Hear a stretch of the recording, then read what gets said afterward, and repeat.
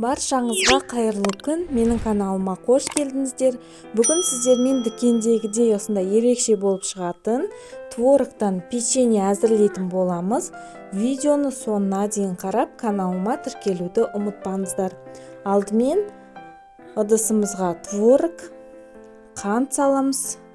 Содан соң жұмсақ сары май, яғни сары май мен творог бөлме температурасында болуы қажет. Барлығын жақсылап араластырамыз. Барлығын араластырып алған соң ұн қосамыз және разрыхлитель қосып, жұмсақ қамыр илейміз. Қанша мөлшерде қажет екенін төменде жазып қалдырамын. Осылай қолымызбен қамыр илейміз. Қамырымыз қолға жабыспайтын, осындай жұмсақ болып шығады.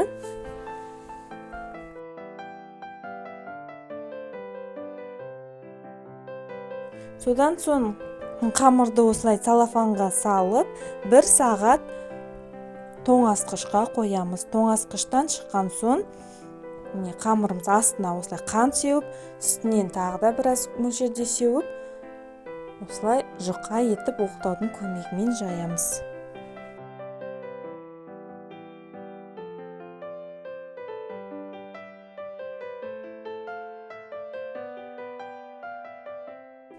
Сосын видеода көрсетілгендей осылай екі жағын біріктіріп, осылай жүрекше тәрізді форма жасап, барлығын осылай жасап алып, противенге саламыз.